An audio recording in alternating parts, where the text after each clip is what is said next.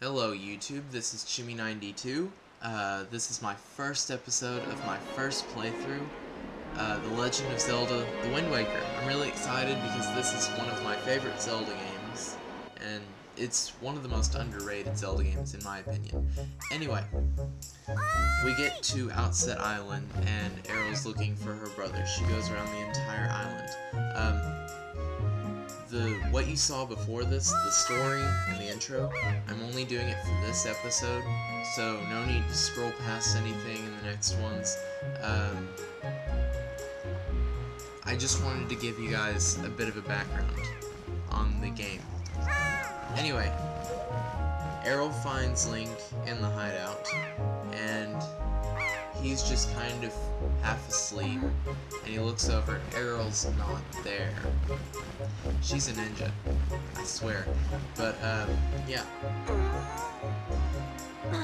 She's right behind him, and, well, she keeps asking him, "You don't know what day it is, do you?" But we find out Link's half asleep, so he has no idea what day it is. But we find out it's Link's birthday. I'm getting ahead of myself. That's funny. But anyway, Link Aero tells Link that he has to go down and talk to his grandma, who's in her house. So we get to the first playable part of the game, and we just have to go over to Link's grandma's house.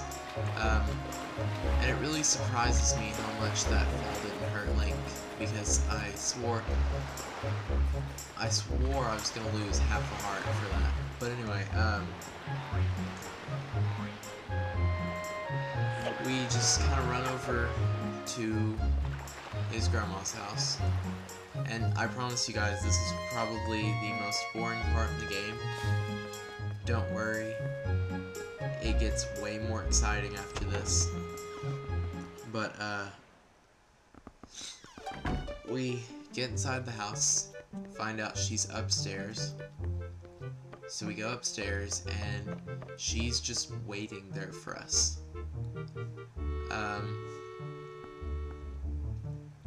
Like it says, I've been waiting for you.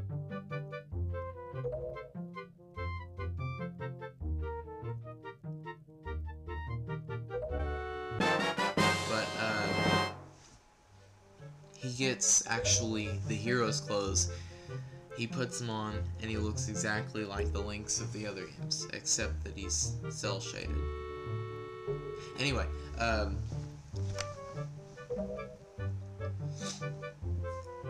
he puts them on, and, he doesn't exactly like them, but, and then she tells about how no one knows how to use a sword now, and it's basically only Orca. She gives a bit of background on the clothes and history and everything. But he puts on the clothes, they're really warm, but they fit perfectly.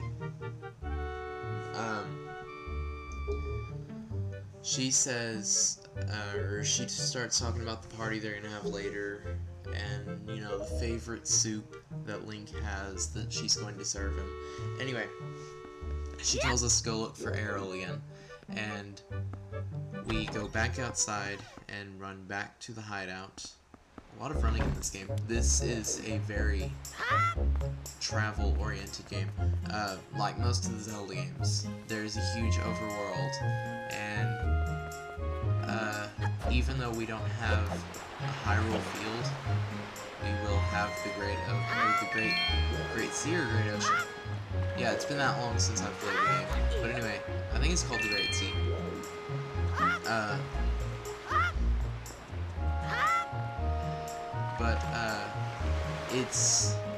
It's still a really big game.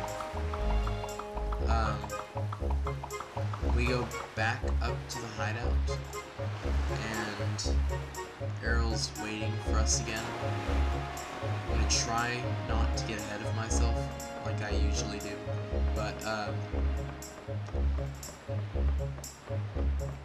oh, and you'll want to notice how many seagulls are flocked around her, just for later. Anyway, she says, oh, welcome back, did Grandma make that for you? You look really hot in that, though. But, she wants to give you something for your birthday, and she tells you to close your eyes and hold out your hands. She gives this to you for one day, her telescope, her most prized possession. She gives it to you. But of course, she asks you to use it now.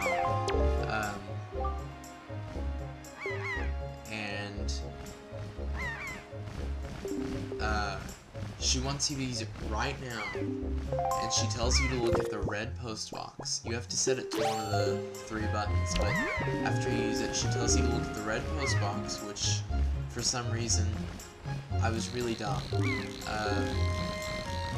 the controls are still kind of new to me, because I haven't played this game in a couple of years, but, it wants you to look at, like, one specific pixel on the screen or something, I don't know, but, when you finally get there, it starts a cutscene, just saying. He looks around, looks up, starts flipping out, and, Errol's like, hey, he looks weird, but then she starts flipping out and tells you to look up. There's a huge bird. I'm just gonna let you watch the cutscene without my narration. So, here it is.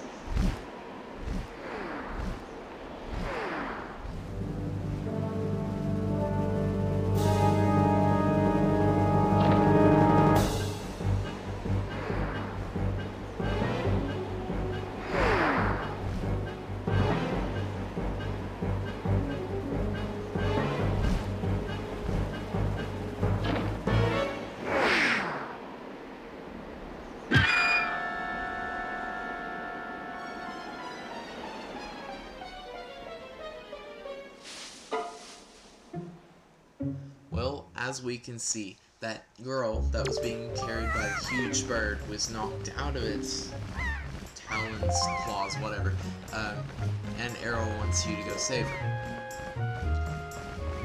Which, of course, we can't do until we get a sword, so that's the first thing we have to do. Or the next, really. But, we have to go to Orca's house, who lives... It's a shorter distance than your grandma's house, but still, we have to walk halfway across the island to get there. But, we walk right up to his house, and this old man stops you, the one on the balcony, and he talks to you, tells you a bit about the game, that kind of thing. But, it's just on the first floor where we need to go. But this is where I leave you guys, because YouTube's limit forces me to cut it underneath 15 minutes, and next time I'll show you the training. And thanks for watching.